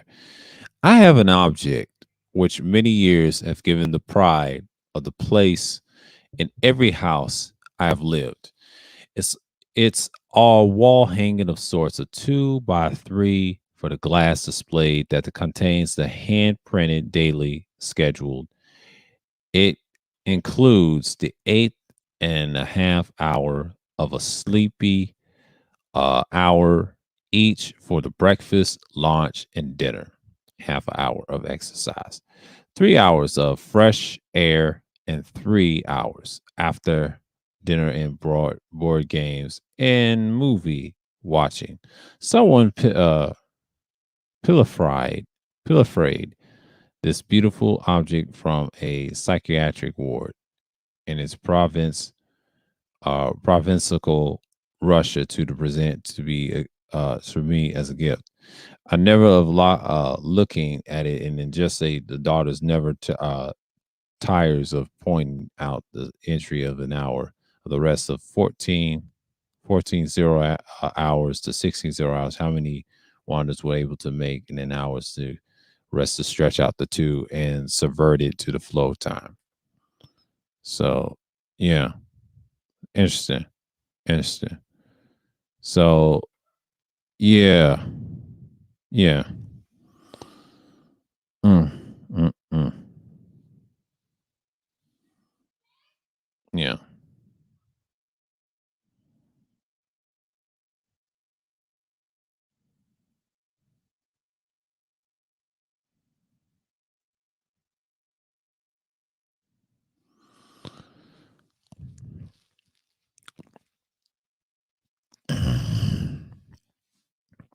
Every year when I read Yevgeny Zamenhof, we with my students, I wish the psychiatric ward schedule were hanging in the classrooms because the Zamenhof novel imagined a regiment way of life, and because it was too seemed to observe the flow in time. Born in 1884, Zamenhof was a revolutionary. Indeed, of the Bolshevik, he was imprisoned. He sent into internal exile in the Tsar Russia, the Tsar's Russia, and then move it for to England and return in June. Returning just a month before the Bolsheviks and came into power. 3 years later, he went through his dystopia, possibly revisiting revisiting in the 1921 or 1922. Oh, here we go. Those key years. By the time he had completed a final draft, the Bolsheviks had already imposed censorship and create the secret police. It took them a few years to establish Soviet rule over most of what had been of the Russian Empire. The exacerbate most property and build its first concentration camp, and it took longer to establish a reign of terror, but Azamian and had already written most of the describe many of the specific of the terror and all the other terrors to come in the 20th century. See, here we go. Here we go again. This is a New Yorker. So, what I mean? This is one of those things, man. Like, we discussed this earlier in the stream. And that's one of the things I would say, like, at that time, man, the 20th century was bad, but I mean, you have some in the 20th century, 21st century, but it takes time, man. It's just that one spark. I don't know what it is about the 20s, all the way down to the 30s. It gets so surreal. You know what I'm saying? Like so many things can happen in time, right? So if you see that, you know what time it is, right? So I basically tell people all the time, it's like a revolving door. So when you deal with this type of stuff, you know what time it is, right? So yeah, that's the thing about totalitarianism. You just got to understand that people are going to be people. regardless of what's going on and things like that. So I understand that people have their little moments. And I'm just like, you know, okay.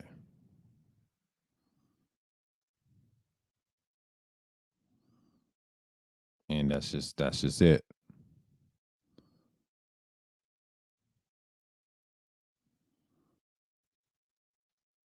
And yeah, yeah. So like I said, yeah, I'm gonna go over the 2 hour mark.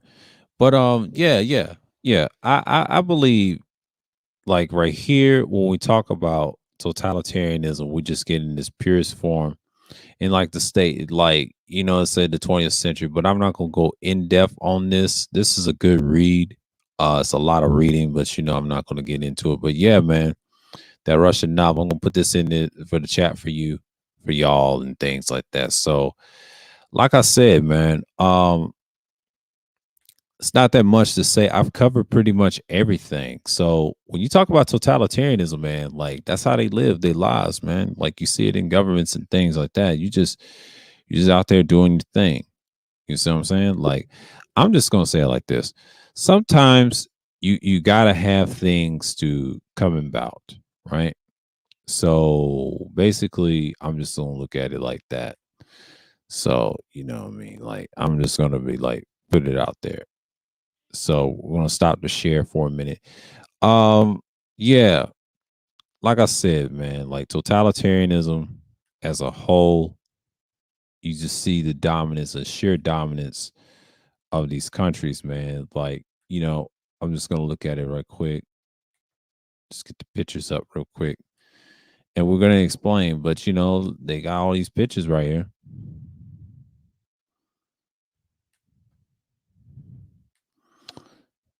And swastika. Yeah, all that. But we ain't gonna get into that the rest. But yeah. Yeah, I'm gonna stop screen share. I'm gonna drop this down. But yeah, like I said in the philosophy thing, when we talk about totalitarianism, we're just gonna go, yeah, the political aspects and facades and you know. Let's go right quick. My sinus is acting up.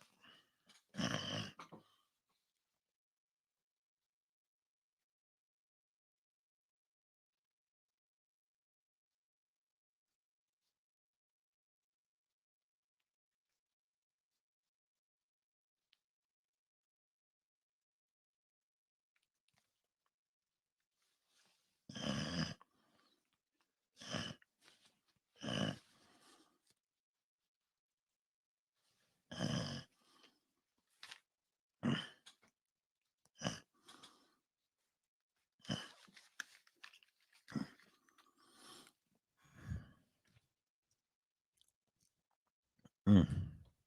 Sinus, my ears messing up. Like I said, it's like a millennia ago.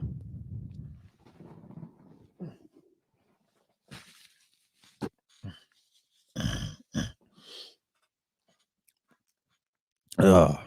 To Machiavelli, to ancient Greece, all that stuff. But I like talking about it. You know, all those regime changes everybody talks about, it's inevitable, man. Because a lot of times I think when you talk about it as much, it gets a lot of people's attention. And when you have those things, I think when you have totalitarian regimes, I'm just like, yeah, you know what I mean? And just be there once and for all. So in so many words, I'm be like, yeah.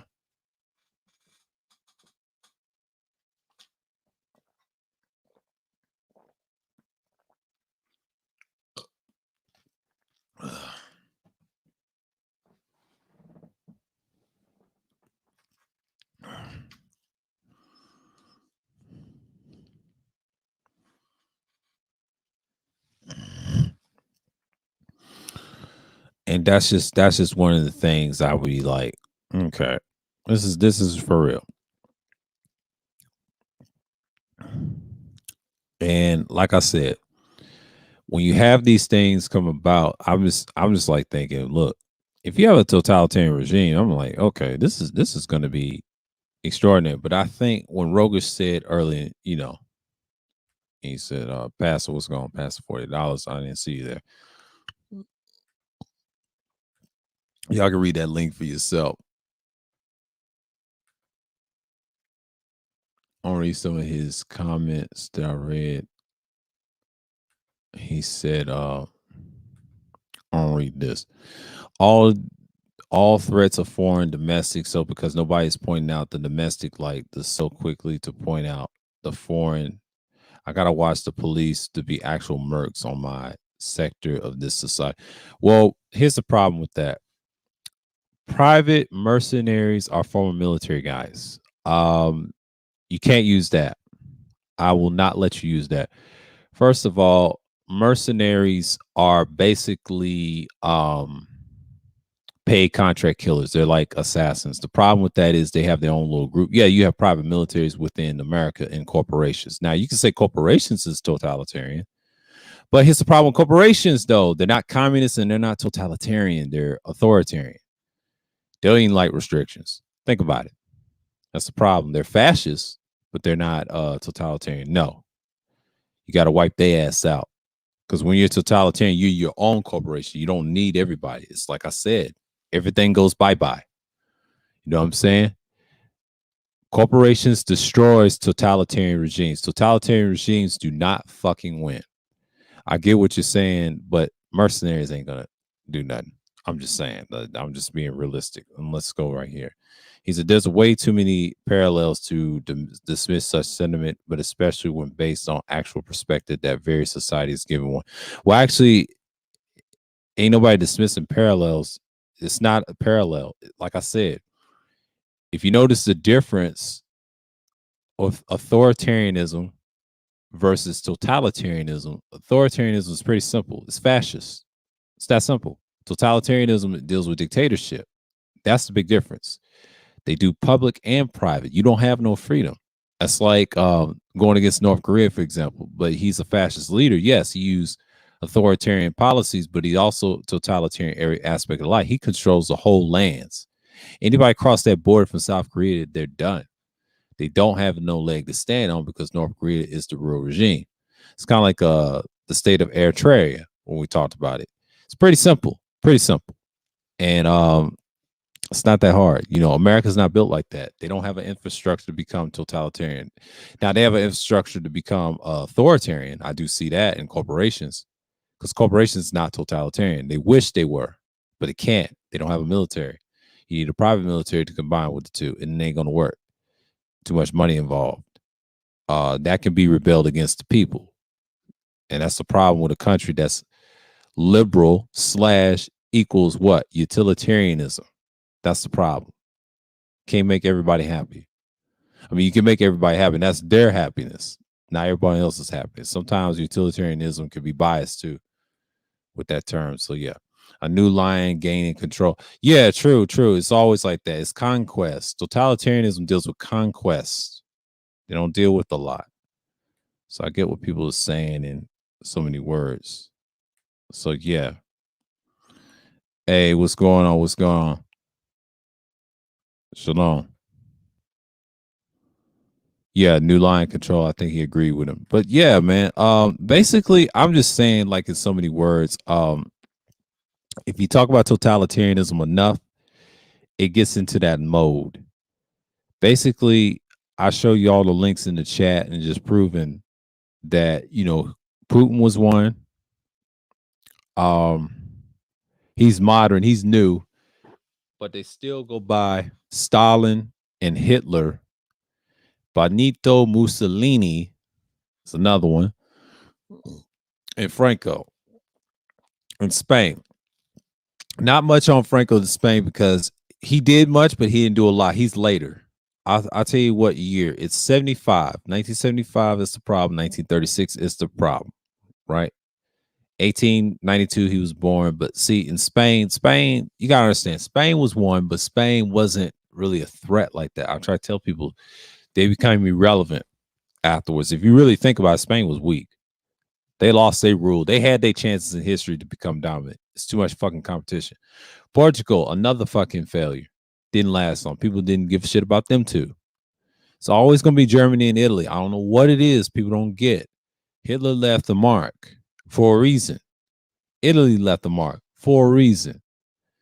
Soviet Union, formerly but currently known as Russia now, the Federation, by the way, because the Soviet Union was separate. They didn't call themselves Russians. If you think about it, that's why they call them the USSR. You can call the country Russia, but they didn't call themselves Russians. If you think about it, if you read certain articles and books about them, you know, I watched Russia Today, and they broke that down, and that was separate. Once you understand the history, you know, Kremlin people won't tell you that, but it's the truth. A lot of people just want to sit there and just want to ignore several things. That's so many words to expound on. And like I said, this is one of those things that people need to just look for in so many ways, right? I don't see anybody making any adjustments in the world today. So, like Rogish said, yeah, the problem with that statement, man, like it can be factually, but you got to understand totalitarian regimes don't work that way. It takes time, it takes effort to get where we are in so many words. But when you're dealing with guys like Hitler and things like that, you're basically saying in so many words, he had fascist policies / authoritarian ways. But when you have that motion, you understand what I'm talking about, right? So when you're dealing with guys like that, like we just talked about the past, right? Those are the people that you look for. Am I correct? So I get what he's saying. Like America is, I don't know why people say, "Oh, we're authoritarian because of Donald Trump." That's not true. Donald Trump will never be a dictator leader. Don't work that way. The country is too fucking liberal. It's not a democratic country. No, because if you think about democracy, they try to say democracy. They're trying to talk about conservatism. Conservatism in a way, they try to say they want small government, which is not true. They want big government, just like big business and military expansion. That's only on the Democrats are the original conservatives and still are. Anything democratic is conservatism. The problem with people saying it's the other side is bullshit. I said this many times on streams. I'm telling you, it is conservative. Liberals want small government. And I'll tell you a secret why they want small government. Because they're hypocritical saying they want big, but in reality, they want small. They want corporations. They're fascists and they're authoritarian. So liberals are basically a combination of people that want a utilitarian society. So when you talk about utilitarianism, like I talked about in my recent pre-records, it's the greatest happiness of the greatest number. That's kind of like almost like that. Now, if you want to talk about total utilitarianism, now you can make it like a totalitarian regime. You got to have a leader. But the problem is the doctrine of the theory deals with no leader. That's communism. If you think about utilitarianism, you think about communism, you think about liberalism. I keep beating this to y'all's heads. What's the difference between the two?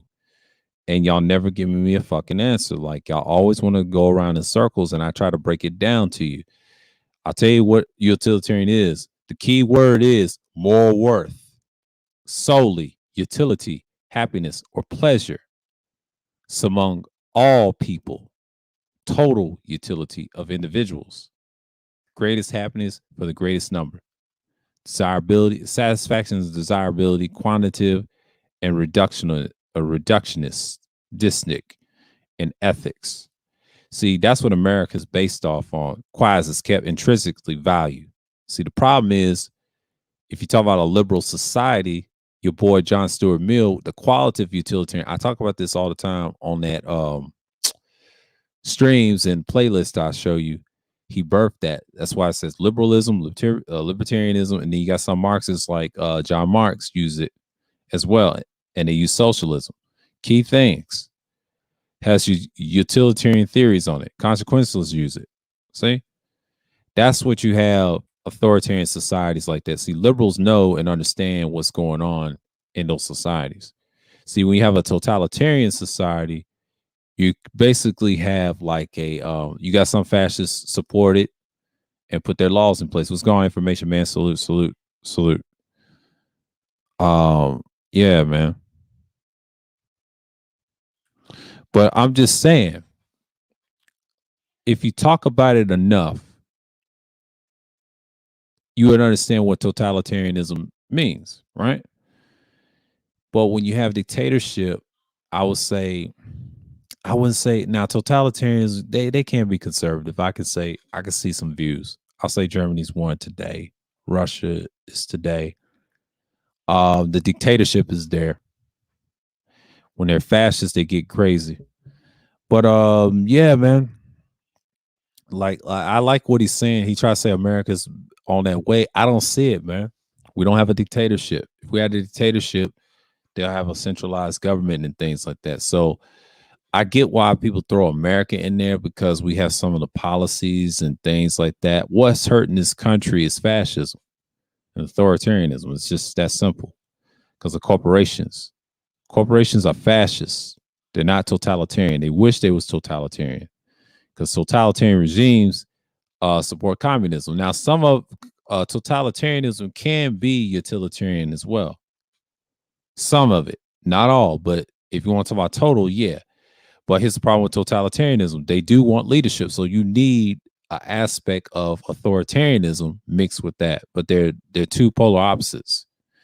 So yeah, you're gonna have those arguments, and I think people just got to understand that it's one of the hardest things to fathom. You know what I'm saying? And I'm just saying, like in so many words, y'all got to understand that when you talk about totalitarianism, you're looking at the whole aspects of life. It's not that easy to produce if you think about it. You're not producing anything. But when you talk about these regimes, like North Korea is a good one. You can name a lot. That's a good one.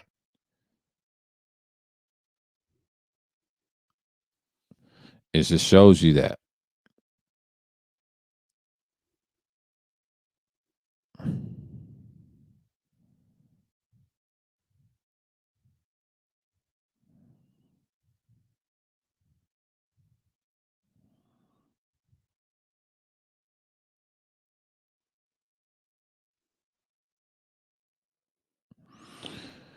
But like I said,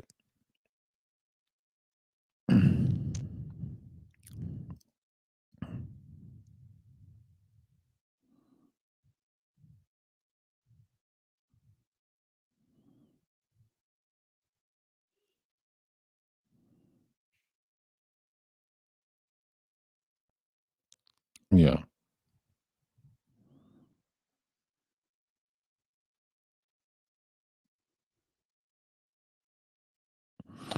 But like I said, man, let's go on, Mike V. Salute.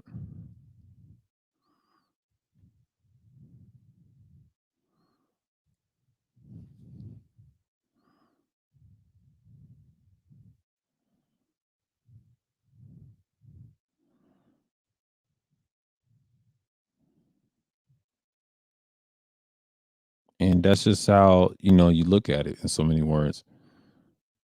Um,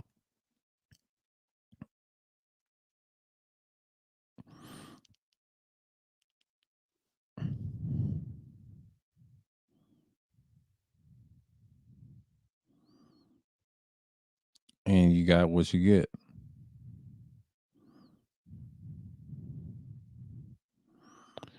And yeah, okay.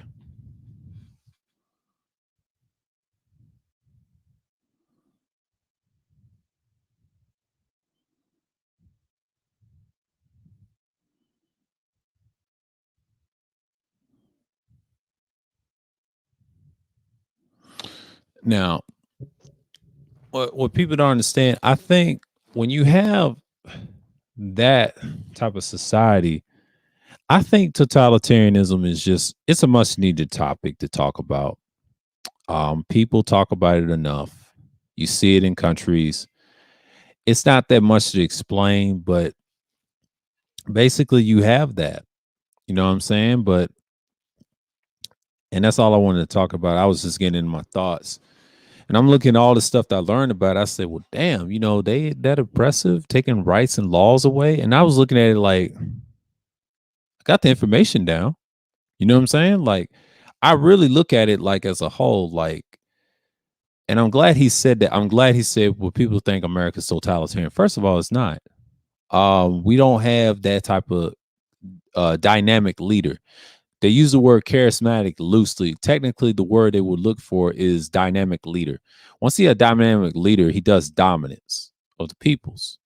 This is when you create a lot of anarchists. Now, we will talk about anarchy 2 weeks from now of next year. I'll talk about that 2 weeks from now because I want to take a long break this next year and come back on the 9th of January. So I'll be back tomorrow.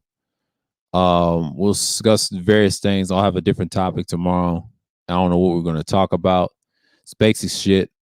We're going back to Thursday Thrills. That's going to be the end of the year process. You're going to be fairly entertained and things like that. So we're going to talk about it. We're going to talk about it. But tonight, I just want to tell you about totalitarianism and things like that. So, you know, I got the links there for y'all. Y'all can read them for yourself or put them in your favorites or whatever. And like I said, man, it's a system of injustice and things like that. But when you have that totalitarian regime, man, it's just like I said, I put the links in the chat for y'all for a reason. And then so y'all can read and articles and things like that. Yeah, I got one right here. Let's see right here. Okay, let me get and we talked about that. The Russian novel, first off. Dropped the Britannica, the Roman law. Talked about that.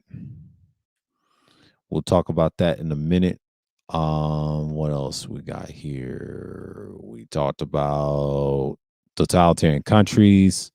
There's no need to explain. Me and Neymar talked about that last week on fascism.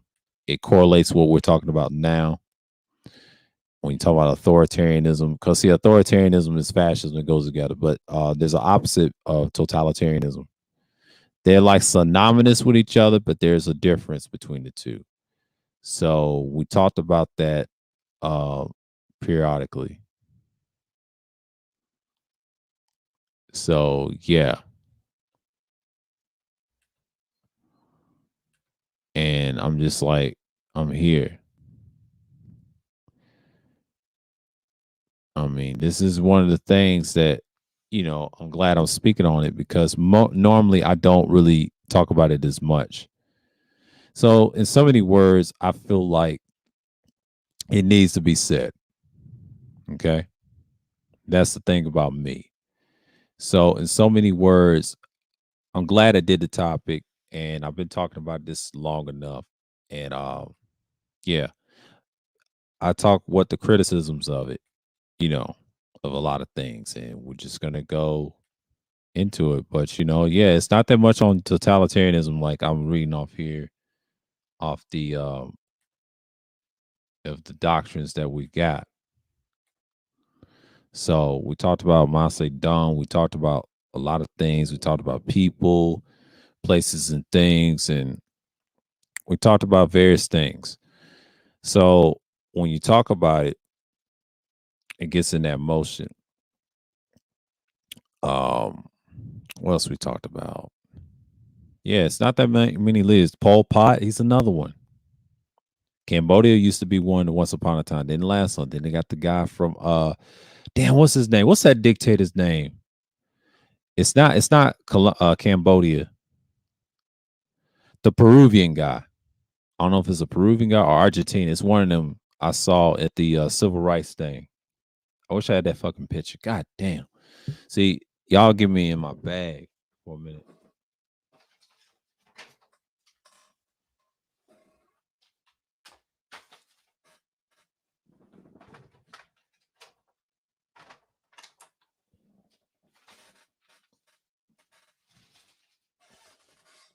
But that's the thing for me. So yeah, y'all make me get in my bag. Okay, get in my bag. He said manosphere totalitarianism. You wow. But you know, I'm just saying, man. Y'all made me get in my bag. So, like I said, it's another leader. I gotta look at my pictures and things like that. So let me see here real quick. So my old phone. So we're gonna get into that later because I think when I saw Pol Pot at the thing in the Civil Rights Center, I mean that's one of the things I look at. You know what I'm saying? Like I felt like this was needed in so many words. But if you went upstairs, I already seen downstairs they was talking about the same old shit. And yeah. Let's look at the camera for a minute. I didn't save these pictures, so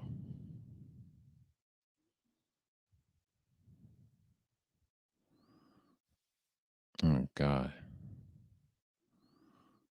Yeah. But that's the thing that what you want to talk about. So, you know, but that's one thing I can say about the whole thing. So when you're looking at it, it and that's just it.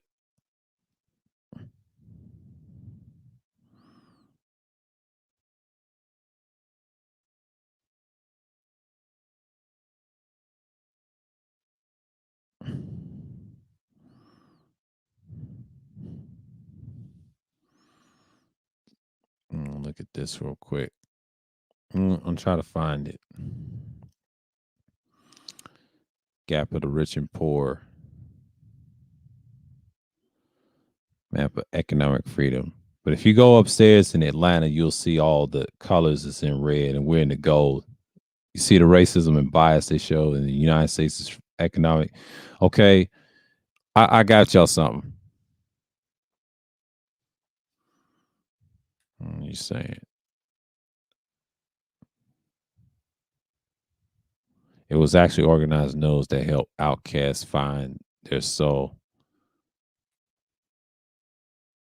as well. Okay, I don't know what he's talking about. I'm talking about totalitarianism. Mapping political freedom. If you went to this museum, you would understand what I was talking about. Like I said, yellow means free, right? They put that the U.S. and the European Western countries, which is their little bias, if you mean it. They said meaningful political competition of climate of respect of civil liberties, significant civic life, and free independent media.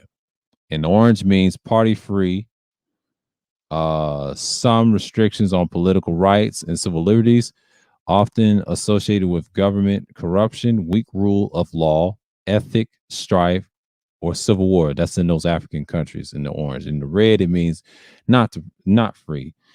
No, basically political rights or basic civil liberties widely systematically denied. That means totalitarianism right there. Talks about it. Talks about it with if you see that glass talking about the Freedom House. See, that's that biased shit that you see in that museum. I took a picture of it. And you see the bias they show in the United States. And when I was looking at that shit, I was like, what the fuck? The fuck is going on here? I took a picture of Hitler, Mao Zedong, Stalin, Pol Pot was in Cambodia. I remember him. He was ruthless. And then he got Idi Amin. He was a totalitarian dictator leader in Uganda. People forget about him. Augusto Pinochet, If y'all remember him, Augusto Pinochet, he was a dictator from Chile, a Chile dictator, right? He's totalitarian. And you see what he did to people. He didn't last long, but that was in Chile, the country of Chile in South America. He's another one I took. Another one with the sunglasses. He had like that Masonic pose. But yeah, man, like y'all act like I care about these motherfuckers, man. I don't care about these motherfuckers like that. So I'm saying, like, I don't really care about individuals like that. So when you talk about totalitarianism like that, you're basically talking about yourself. So in so many words, I feel like when people misconstrue those, they understand what I'm talking about, right? So I know we're 2 hours in. I'm about to end this now and things like that.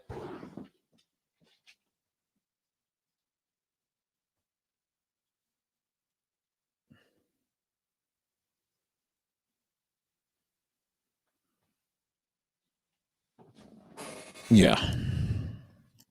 I'm about to end this right now because I'm not gonna be fooling with this a long, long time. So I'm gonna just get the meat of it and things like that nature. And it's just like,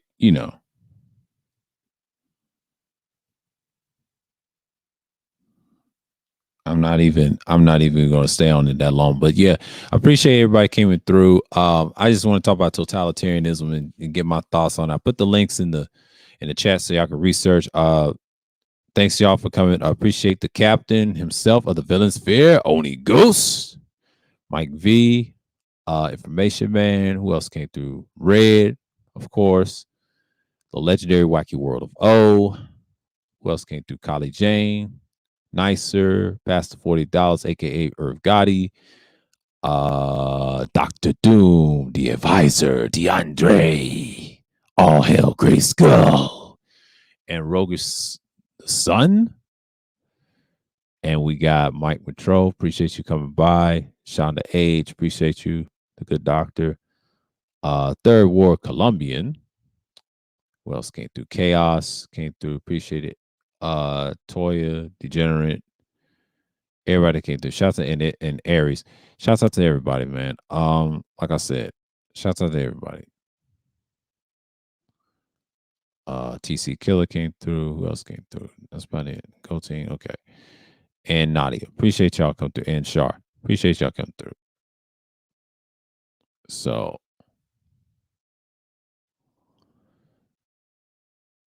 all right. So with that, I'm gonna say peace and shalom.